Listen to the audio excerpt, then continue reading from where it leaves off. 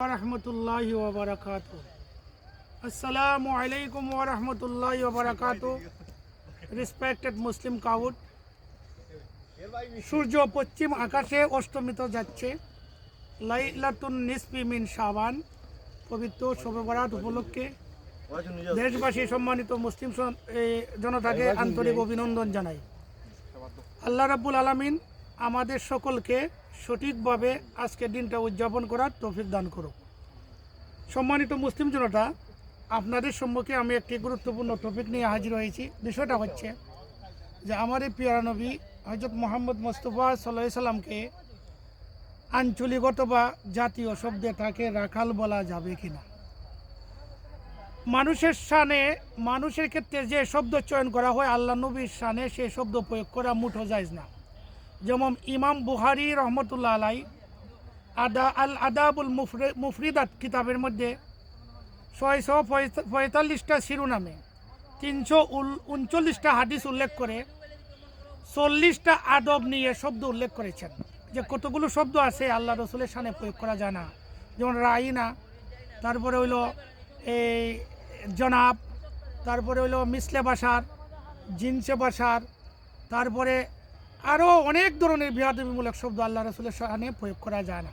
সূরা নূরের 63 নম্বর আয়াতে আল্লাহ বলেন, লা তাজআলু দুআর রাসূলি বাইনাকুম কা দুআই বাদিকুম বাদা। তোমরা একে অপরকে যেভাবে ডাকো আল্লাহ রসুলকে সেভাবে ডাকিও না। রসুলকে কষ্ট দিলে ঈমান হারা হয়ে যাবে। রসুলকে কষ্ট দিলে ঈমান হারা হয়ে যাবে, পরকালে শাস্তি ভোগ করতে পাবে। যেমন আল্লাহ রাব্বুল আলামিন সূরা তওবার 61 নম্বর আয়াতে বলেন, ওয়াল্লাযীনা ইউজুনা রাসূলাল্লাহি লাহুম আযাবুন আলীম। ওয়াল্লাযীনা ইউজুনা রাসূলাল্লাহি লাহুম আযাবুন আলীম। আল্লাহ রসুলকে যারা কষ্ট দেয় তাদের জন্য যন্ত্রণাদায়ক শাস্তি রইয়া আছে। এবং সূরা আহজাবের 57 নম্বর আয়াতে আল্লাহ বলেন, ইন্নাল্লাযীনা ইউজুনাল্লাহা ওয়া রাসূলাহু লাআনাহুমুল্লাহু ফিদ দুনিয়া ওয়াল আখিরা ওয়া আ'আদ্দা লাহুম আযাবাম মুহিনা। নিশ্চয় যারা আল্লাহ এবং তার রসুলকে কষ্ট দেয় তাদের জন্য লানত ইহকাল এবং পরকালে, এবং তাদের জন্য বড় ধরনের যন্ত্রণাদায়ক শাস্তি রয়েছে। আল্লাহ রাসূলকে যারা আঘাত করে শব্দ চয়নের মাধ্যমে, কথার মাধ্যমে, কাজের মাধ্যমে, তাদের জানাজার নামাজ পড়া হারাম, কবর জিয়ারত করা হারাম। যেমন সূরা তওবার 84 নম্বর আয়াতে আল্লাহ বলেন, ওয়ালা তুসাল্লি আলা আহাদিম মিনহুম মাতা আবাদা ওয়ালা তাকুম আলা কাবরিহি ইন্নাহুম কাফারু বিল্লাহি ওয়া রাসূলিহি ওয়া মাতু ওয়া হুম ফাসিকুন। তাদের জানাজার নামাজ কখনো পড়বে না, তাদের কবরের পাশে দোয়া করবে না, এবং তাদের জানাজার নামাজ পড়বে না, তাদের কবরের পাশে দাঁড়াবে না। নিশ্চয় যারা আল্লাহ এবং তার রসুলের সাথে কুফরি করেছে। অতএব রসুলের শানে বেয়াদবি করা যাবে না। আর রসুলের প্রতি প্রেম এটা কোনো আমলের সাথে সম্পৃক্ত না, অন্তরের সাথে সম্পৃক্ত। যারা অন্তর দিয়ে নবীজিকে ভালোবাসবে তারা নবীজির সাথে জান্নাতে যাবে। যেমন সহিহ বুখারী শরীফের 6171 নম্বর হাদিস, আন আনাস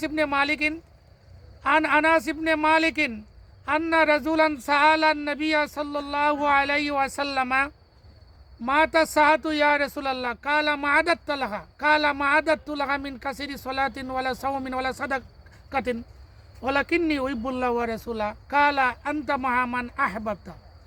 হযরত আনাস ইবনে মালিক রাদিয়াল্লাহু আনহু বর্ণিত, এক ব্যক্তি নবীজিকে প্রশ্ন করলো যে, ইয়া রাসূল, কখন কিয়ামত হবে? তখন আল্লাহ রসুল বললেন, তুমি কিয়ামতের জন্য কি প্রস্তুত করে রেখেছো? লোকটি বলল, আমি কিয়ামতের জন্য তেমন নামাজ রোজা করি নাই, কোনো দান সদগাও করি নাই, তবে আমি আল্লাহ এবং তার রসুলকে বেশি ভালোবাসি। তখন নবীজি বললেন, কালা আনতা মা'a মান আহবাবতা, তুমি যাকে ভালোবাসো তার সাথে তুমি জান্নাতে যাবে, তার সাথে তুমি থাকবে। তাহলে এখানে নামাজ রোজা কইরা যদি ব্যস্ত যাওয়া যাইতো, যে লোকটি যখন প্রশ্ন করছিল যে, ইয়া রাসূলুল্লাহ কিয়ামত কখন হবে, আল্লাহ নবী বললেন, তুমি কিয়ামতের জন্য কি প্রস্তুত করে রেখেছো? তখন লোকটি বলল যে, মা'আদাতু লাহা মিন কাসিরি সালাতিন ওয়ালা সাওমিন ওয়ালা সাদাকাতিন, আমি কিয়ামতের জন্য তেমন নামাজ রোজা দান সদগাত করি নাই, ওয়ালাকিন্নী উহিব্বুল্লাহ ওয়া রাসূলা, আমি আল্লাহ এবং তার রসুলকে ভালোবাসি। এই কথার প্রেক্ষিতে নবী সঙ্গে সঙ্গে বলেন, আনতা মা'a মান আহবাবতা, তুমি যাকে ভালোবাসো তার সাথে তুমি থাকিবে। এতে বোঝা গেল নামাজ রোজা হজ যাকাতের সাথে নবীজির ভালোবাসার সম্পর্ক নয়, নবীজির ভালোবাসার সম্পর্ক হচ্ছে অন্তর থেকে। যারা অন্তরের অন্তঃস্থল থেকে নবীজিকে ভালোবাসবে তারা জান্নাতে যাবে। একটা কথা মনে রাখবেন, প্রত্যেক মুমিন মুসলমান বটে, কিন্তু সকল মুসলমান মমিন নন। মমিনদের মধ্যে কোনো দল নাই, মমিনের দল একটা, তারা হইল আল্লাহর ওলি। প্রত্যেক মমিনই আল্লাহর ওলি। আর মুসলমানের মধ্যে 73 দল হইয়া 72 দল হইল দুযোগী।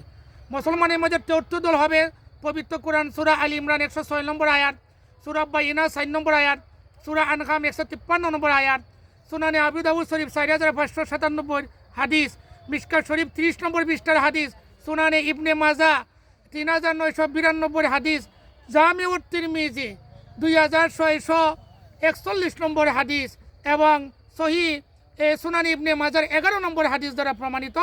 মুসলমানের মধ্যে 73 দল হয়ে 72 দল দুযোগে যাবে, একটা মাত্র দল বেঁচে যাবে। সেই দলটার নাম হচ্ছে আহলুস সুন্নাত ওয়াল জামাত। আহলুস সুন্নাত ওয়াল জামাতের অনুসরণ অনুকরণ ছাড়া কেউ জান্নাতে যেতে পারবে না। আর যারা মুমিন হবে তারা সবাই কিয়ামত পর্যন্ত আহলুস সুন্নাত ওয়াল জামাতের অনুসারী হবে। আল্লাহ রাব্বুল আলামিন এই পবিত্র লাইলাতুল বারাতের উসিলায় আমাদেরকে যেন আহলে সুন্নাত ওয়াল জামাতের উপর কায়েম এবং দায়েম রাখেন। আমাদের মা বাবাকে যেন ক্ষমা করে দেন, যারা কবরবাসী আছে তাদেরকে যেন জান্নাত দান করেন এবং বাংলাদেশের রাজনৈতিক অস্থিরতা দূর করে দেন এবং এই দেশকে একটা সুখী সমৃদ্ধশালী দেশ হিসাবে গড়ে তোলার এবং কায়েম করার ব্যবস্থা করেন। ইসলামী শরিয়া আইন এই দেশে যেন জারি হয়। Islam literally means peace, accept Islam cordially. If you want to get the recommendation of the Prophet, may Allah peace be upon him. Thanks everyone.